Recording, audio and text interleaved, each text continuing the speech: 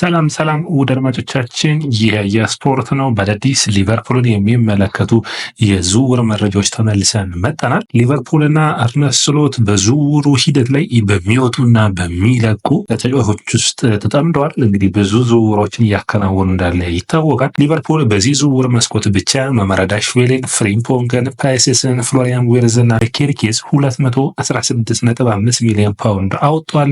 ከዛ ውጭ ደግሞ ከለቀቁ ተጫዋቾች ሊቨርፑል ገቢ ያደረገው ትሬንት አሌክሳንደር-አርኖልድ፣ እንግዲህ ኳንሳን፣ ናታን ፊሊፕስ እና እንዲሁም ደግሞ ኬለር ላይ በአጠቃላይ 64.5 ሚሊዮን ፓውንድ ገቢ አግኝቷል። በአጠቃላይ የሊቨርፑል ከወጪ ቀሪ እስካሁን ድረስ ለዝውውር ያወጡት 152 ሚሊዮን ፓውንድ ብቻ ነው። ሊቨርፑሎች ገና በዝውውር መስኮቱ ከቡድኑ የሚለቁ ብዙ ተጫዋቾች አሉ። የሚመጡን ደግሞ የሚጠበቅ ነው። ከነዛ ውስጥ እንግዲህ አጥቂ መስመሩ አንዱ ነው። የተከላካይ መስመሩ ሁለተኛ መታየት የሚጠበቅበት ነው። ሰላም ውድ አድማጮቻችን፣ ይህ ያያ ስፖርት ነው። ላይክ፣ ሼር፣ ኮሜንት፣ ሰብስክራይብ ማድረጋችሁን አትርሱ። እናንተ ላይክ፣ ሼር፣ ኮሜንት፣ ሰብስክራይብ ብዙዎቹ ጋር እንድንደርስ ያግዘናል። ለሊቨርፑል ስናስብ ከሊቨርፑል ይለቃሉ ተብሎ ከሚጠበቁ ተጫዋቾች ውስጥ አንዱ ሉዊስ ዲያዝ ነው። ሉዊስ ዲያዝ አሁንም በሊቨርፑል ቤት እንግዲህ ሊቨርፑል ትክክለኛ ዋጋ ቀረበላቸው። ይህንን ተጫዋች የመልቀቅ ፍላጎት አላቸው። አንደኛው እንግዲህ ባየር ሙኒክ ነው የዚህ ተጫዋች አድናቂ፣ ሌላኛው አልናስር ነው። ባርሴሎና ምንም እንኳን ኒኮ ዊሊያምስን ቢያስፈርሙ ከኒኮ ዊሊያምስ ይልቅ ሉዊስ ዲያዝ ወደ ባርሴሎና ቢመጣ የተሻለ ብቃቱን ያሳያል ብለው ያምናሉ። ሊቨርፑሎች ይህንን ተጫዋች ከፍተኛ የሆነ ገንዘብ ቀርቦላቸው ቡድኑን የሚለቅ ከሆነ በዚህ ቦታ ላይ ትክክለኛው ተተኪው አንቶኒ ጎርደን ነው ብለው ያስባሉ። ይህንን ተጫዋች ለማስፈረም ጥረት የሚያደርጉ ይሆናል። የሊቨርፑል አዲሱ ፈራሚ ሚሎስ ኬርኬዝ ዛሬ የልጅ አባት ሆኗል። ይህ እንግዲህ በአንድ ድንጋይ ሁለት ወፍ ነው። ለሊቨርፑል ፈርሟል። ሁለተኛ ደግሞ የልጁን ደግሞ በሊቨርፑል በመጣ በፈረመ በቅርብ ጊዜያቶች ማግኘት ችሏል። የሊቨርፑል የአጥቂ ፍለጋዎች ቤት ስንሄድ እንግዲህ የመጀመሪያው የሚሆነው ቪክተር ኦሲሜን ነው። ሊቨርፑል እና ጁቬንቱስ የዚህ ተጫዋች የመጨረሻ ፈላጊ ሆነው መጥተዋል። ጁቬንቱሶች ከዚህ ተጫዋች ጋር በዝውውር ሁኔታ ሊቨርፑልን መፎካከል ይፈልጋሉ። ነገር ግን ሊቨርፑልም ሆነ ጁቬንቱስ የሚለቁበት ዋጋ በናፖሊ በኩል በግልጽ የተቀመጠ የ75 ሚሊዮን ዩሮ የመልቀቂያ አንቀጽ አለው። ያንን መክፈል ብቻ ነው የሚጠበቅባቸው። ሊቨርፑሎች ጠንክረው እየሰሩ ነው አንድ አጥቂ ለማምጣት። በዚህ ሁኔታ ላይ ግን እያሉ ሊቨርፑሎች ማስፈረም የሚችሉት ሆም ግሮን ተጫዋች ነው። እንግዲህ በእንግሊዝ ፕሪሚየር ሊግ የሆም ግሮን እና እንዲሁም ደግሞ ያ ማለት በእንግሊዝ ፕሪሚየር ሊግ እንግዲህ ከ18 ዓመቱ ጀምሮ የተጫወተ ወይም 3 እና 4 ዓመታትን ያለበለዚያ ከታዳጊ ቡድን ጋር ያደገ ወይም እንግሊዛዊ ተጫዋች መሆን ይጠበቅበታል። ያንን ባላንስ ማድረግ ይጠበቅባቸዋል። ሊቨርፑሎች ማመጣጠን ይጠበቅባቸዋል። ለምሳሌ ሊቨርፑሎች አንቶኒ ጎርደንን ቢያመጡ ከዚህ ጉዳይ የሚርቁ ይሆናል። ማርክ ጉሂንን ቢያመጡ ከዚህ ጉዳይ የሚርቁ ይሆናል። ነገር ግን ሊቨርፑል አሁንም ከእንግሊዛውያን ውጭ እንግሊዝ የተጫወቱት ውጭ ያሉ ተጫዋቾችንም ለመልቀቅ ያስባሉ፣ እነ ጆታ፣ ዲያዝ እና ኑኔዝ። ስለዚህ በዚህ መንገድ ለማመጣጠን አስበዋል። እንግዲህ ቪክተር ኦሲሜን በጁቬንቱስ እንግዲህ ከፍተኛ ሆነው ደሞዙን ለመክፈል ፍላጎት አላቸው ወይ የሚል ጥያቄ ነው። እንግዲህ ለሊቨርፑል አስቸጋሪ የሚያደርግበት የኮንትራት ማፍረሻው መክፈል ሳይሆን የዚህን ልጅ ተጫዋች የደሞዝ ሁኔታ ያንን አስቸጋሪ አድርጎታል።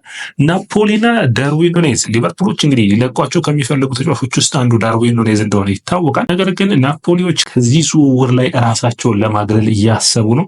ይህ ደግሞ በዋጋው ጉዳይ ነው። ሎሬንዚዮ ሉካ ይህ ተጫዋች እንግዲህ የምታውቁት ከሆነ በጣም ጥሩ ፐርፎርማንስ ያለው የዩዲኔዜ አጥቂ ነው።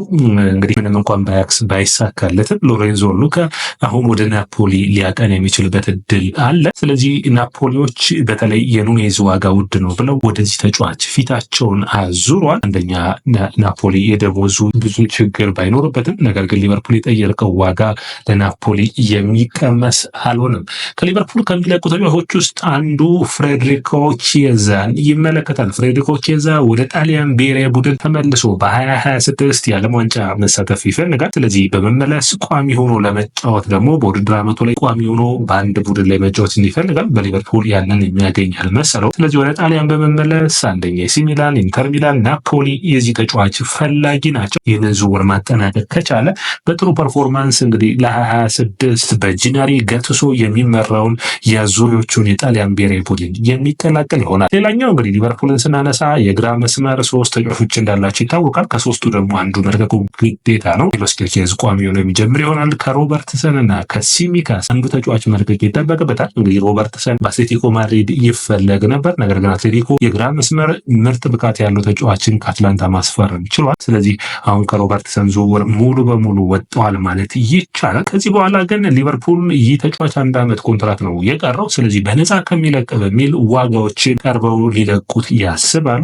እንግዲህ ለሊቨርፑል በፐርፎርማንሱ ረገድ ሮበርትሰን እና ሚሎስ ኪርኬዝ ቢኖሩ፣ አንደኛ ሮበርትሰን ብዙ ጨዋታዎችን ተጫውተዋል። ሚሎስ ኪርኬዝ በሊቨርፑል ቤት እስከሚለማመድ የሚያቆየው ይሆናል። ኮስታስ ሲሚካስ ቢለቅ ይሻላል። ነገር ግን ሊቨርፑል በሚቀጥለው ውድድር ዓመት ይህንን ተጫዋች በነፃ ማጣት አይፈልጉም። ማርክ ጉይን የሚመለከተው ሌላኛው መረጃችን ነው። ሊቨርፑሎች ይህንን ተጫዋች ለማስፈረም በሚገባ ጥረት እየጣሩ ነው የሚገኙት። አንደኛ ክሪስታል ፓላስ ያቀረበለትን አዲስ ኮንትራት እንዳይፈርም ነግረውታል። ከዛ ውጭ ክሪስታል ፓላስ ቤን ዶከን የሚፈልግ ከሆነ የሊቨርፑል የመስመር ታዳጊውን ተጫዋች ለክሪስታል ፓላስ በማቅረብ ዋጋው እንዲቀንስላቸው ይፈልጋሉ። ይህ ተጫዋች እንግዲህ አሳምኖ ወደ ሊቨርፑል ማምጣት የሚያስፈልግ ነው። ሊቨርፑሎች ንግግሮችን አድርገዋል።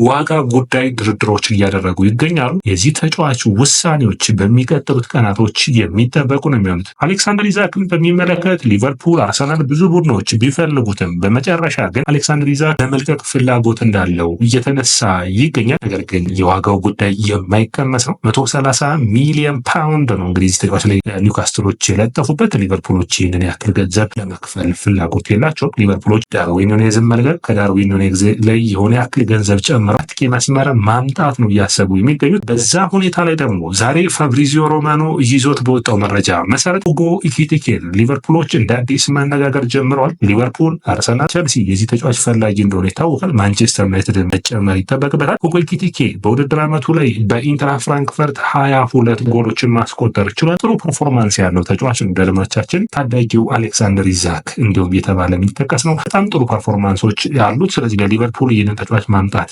ያሰቡበት ይገኛሉ ጥያቄዎችንም ለማቅረብ። ነገር ግን ለሁሉም ቡድኖች አስቸጋሪ የሆነው የዚህ ልጅ ፐርፎርማንስ ጉዳይ ሳይሆን 100 ሚሊዮን ዩሮን ለኢንትራ ፍራንክፈርት ማቅረብ ነው። እንግዲህ ሊቨርፑሎች ከሚወጡ ተጫዋቾችም መጠቀምን እያሰቡ ይገኛሉ። አንዱ እንግዲህ የሃርቪ ኤሊየት ጉዳይ ነው።